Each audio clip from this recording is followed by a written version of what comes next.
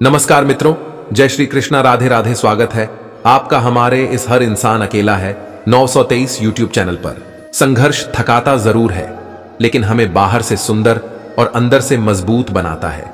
इसलिए जिंदगी में आने वाले प्रत्येक संघर्ष का स्वागत करना चाहिए। भगवान ने अर्जुन को यही उपदेश दिया था, हे अर्जुन, इस संघर्ष रूपी युद्ध का स्वागत करो। भगवान कहते हैं, हे परम तपस्वी अर्जुन, धर्म के प्रति श्रद्धा न रखने वाले मनुष्य मुझे नहीं प्राप्त कर पाते और परिणाम स्वरूप जन्म मृत्यु के चक्र में पड़कर इस संसार में आते जाते रहते हैं। इसलिए हमें अपने धर्म, कर्म और भगवान में श्रद्धा रखनी चाहिए। भगवान ने कृपा करके परमात्मा को प्राप्त करने के लिए यह मनुष्य तन दिया है। ऐसे मोक्ष के सुअवसर को पाकर भी हम जन्म मरण की परंपरा में चले जाते हैं। ये देखकर मानो प्रभु पश्चाताप करते हुए सोचते हैं, मैंने इसको मनुष्य तन क्यों दिया? मैंने मानुष जीवन तुमको हीरा दिया, जो तू व्यर्थ गनवाए तो मैं क्या करूं? मुक्ति का मार्ग सब कुछ बता ही दिया, तेरे दिल में ना उतरे तो मैं क्या करूं? दीन दुखियों के मन को सताने लगा, रात दिन पाप में मन लगाने लगा। तूने जैसा किया वैसा पाने लगा, आज आंसू बहाए तो मैं क्या करूं? नाम मेरा तेरे पाप को काट दे, तू बुरा कर्म करने से मन डांट ले, आजा मेरी शरण में बुलाऊं। तुझे अगर शरण में ना आए तो मैं क्या करूं? भगवान कहते हैं, जिस प्रकार सभी जगह बहने वाली महान वायु सदैव आकाश में स्थित रहती है, उसी प्रकार सभी प्राणी मुझ में स्थित रहते हैं। जिस प्रकार हवा आसमान को छोड़कर कहीं रह नहीं सकती, उसी प्रकार तीनों लोकों और 14 भुवन में घूमने वाले जन चेतन सभी प्राणी मुझ में ही रहते हैं। फिर देर किस बात की? इस संसार में रहते हुए तुम मेरे हो जाओ। मूर्ख मनुष्य मुझे अपने ही समान साधारण शरीर जन्म मृत्यु को प्राप्त होने वाला समझते हैं, इसलिए वे सभी जीवात्माओं का परम ईश्वर वाले मेरे स्वभाव को नहीं समझ पाते हैं। कहने का तात्पर्य यह है कि अज्ञानी मनुष्य भगवान के अलौकिक प्रभाव को नहीं समझ पाते। वे भगवान को भी अपनी ही तरह लौकिक और साधारण समझने की बड़ी भारी भूल करते हैं। हे पांडुपुत्र अर्जुन, जो भक्त सांसारिक मोह माया को छोड़कर दैवीय स्वभाव को धारण करके मेरी शरण ग्रहण करते हैं और मुझको सभी जीवात्माओं का उद्गम जानकर अनन्य भाव से मुंह अविनाशी का भजन करते हैं, वे मेरे हो जाते हैं। भगवान का भजन किसी तरह से किया जाए उससे लाभ ही होता है, किंतु भगवान के साथ अनन्य होकर हम हैं राम जी के, राम जी हमारे, ऐसा नाता जोड़कर थोड़ा भी भजन किया जाए तो उससे बहुत लाभ होता है। जो मनुष्य एकमात्र मुझे लक्ष्य मानकर अनन्य भाव से मेरा ही चिंतन करते हुए मेरी उपासना करता है, जो सदैव निरंतर मेरी भक्ति में लीन रहता है, उस मनुष्य की सभी आवश्यकताएं और सुरक्षा की जिम्मेदारी मैं स्वयं निभाता हूं। अनन्य भक्त वे हैं जिनकी नजर में भगवान के सिवाय और कोई नहीं हो। भगवान कहते हैं, हे अर्जुन, जो मनुष्य एक पत्ता, एक फूल, एक फल, थोड़ा सा जल और कुछ भी निष्काम भक्ति भाव से अर्पित करता है, उस शुद्ध भक्त का निष्काम भक्ति भाव से अर्पित किया हुआ सभी कुछ मैं स्वीकार करता हूं। जैसे द्रौपदी से पत्ता लेकर भगवान श्री कृष्ण ने खा लिया और पूरे त्रिलोक को तृप्त कर दिया। गजेंद्र ने सरोवर का एक पुष्प लेकर भगवान को अर्पण किया तो भगवान ने गजेंद्र का उद्धार कर दिया। शबरी के दिए हुए फल खाकर भगवान इतने प्रसन्न हुए कि जहां कहीं भी जाते शबरी के फलों की प्रशंसा करते रहे। रंतिदेव ने भगवान को जल पिलाया तो उनको भगवान के साक्षात दर्शन हो गए। प्रेम की अधिकता में भक्त को इसका ख्याल ही नहीं रहता कि मैं क्या दे रहा हूं, तो भगवान को भी यह ख्याल नहीं रहता कि मैं क्या खा रहा हूं। विदुर जी की पत्नी ने प्रेम के आवेश में भगवान को केले के छिलके देती हैं। भगवान उन छिलकों को बड़े प्रेम से खाने लगते हैं। देखिए, जब भक्त में भगवान को खिलाने का भाव आता है तो भगवान को भी भूख लग जाती है। हे कुंती पुत्र, तू जो भी कर्म करता है, जो भी खाता है, जो भी हवन करता है, जो भी दान देता है और जो भी तपस्या करता है, उन सभी को मुझ में समर्पित करते हुए कर्म करो। परमात्मा की वस्तु को आदर पूर्वक परमात्मा को देना ही अर्पण कहलाता है। हे अर्जुन, प्रकृति के नियमों को कोई नहीं बदल सकता। हाँ, एक ही मार्ग है, खुद को बदलो। जो मनुष्य सभी चर अचर प्राणियों में समान भाव से एक ही परमात्मा को देखता है, वह भगवान के परम धाम को प्राप्त करता है। भगवान श्री कृष्ण कहते हैं, हे अर्जुन, अब मैं ज्ञानों में भी अति उत्तम उस परम ज्ञान को कहता हूं, जिसको जानकर सब मुनिजन इस संसार से मुक्त होकर परम सिद्धि को प्राप्त हो गए हैं। इस ज्ञान का आश्रय लेकर मनुष्य मेरे स्वरूप को प्राप्त हो जाता है।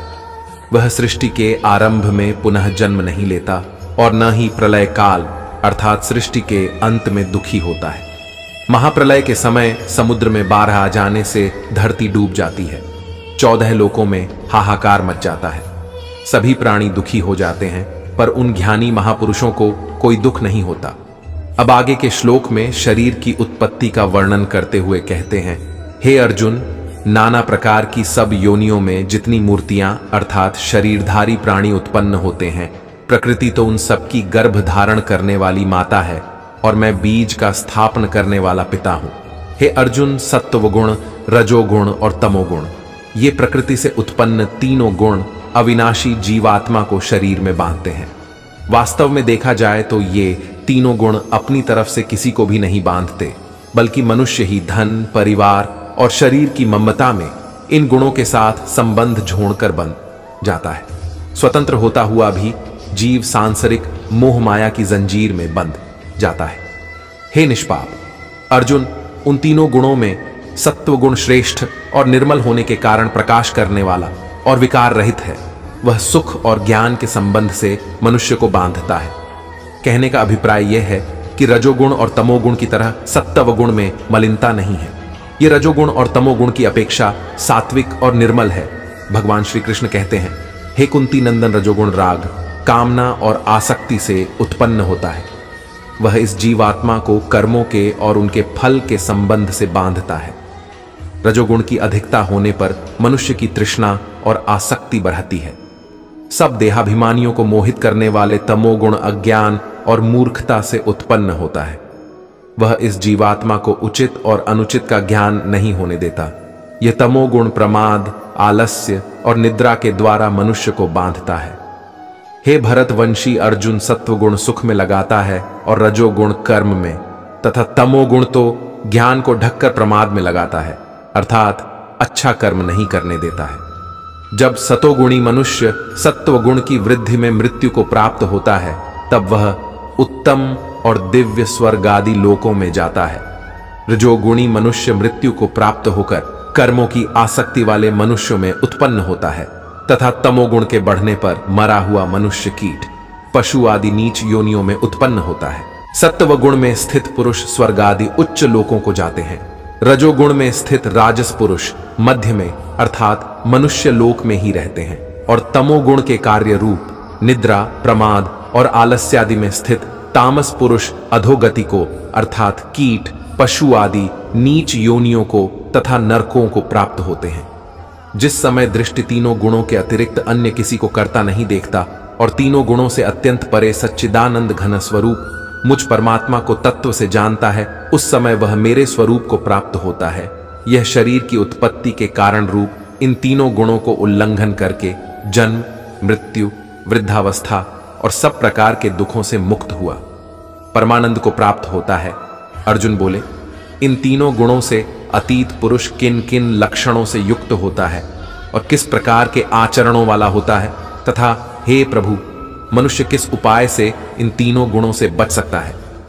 श्री भगवान बोले, हे अर्जुन, जिस पर सतोगुण, रजोगुण तथा तमोगुण का बिल्कुल प्रभाव नहीं पड़ता, जिस पर उल्टी सीधी परिस्थितियों का कोई असर नहीं होता तथा जिसकी शांति कभी भंग नहीं होती, जो कार्य की प्रवृत्ति और निवृत्ति में भी द्वेष और आकांक्षा नहीं करता, जो साक्षी के सदृश स्थित हुआ गुणों के द्वारा विचलित नहीं किया जा सकता और गुण ही गुणों में बरतते हैं, ऐसा समझता हुआ जो सच्चिदानंद घन परमात्मा में एक ही भाव से स्थित रहता है और उस स्थिति से कभी विचलित नहीं होता, जो निरंतर आत्म भाव में स्थित, दुख सुख को समान समझने वाला, मिट्टी, पत्थर और स्वर्ण में समान भाव वाला, ज्ञानी, प्रिय तथा अप्रिय को एक सा मानने वाला और अपनी निंदा स्तुति में भी समान भाव वाला है, जो मान और अपमान में सम है, दोस्त और दुश्मन के पक्ष में भी समान है तथा सभी कर्मों के कर्तापन के अभिमान से रहित है, वह पुरुष बुद्धिमान कहा जाता है।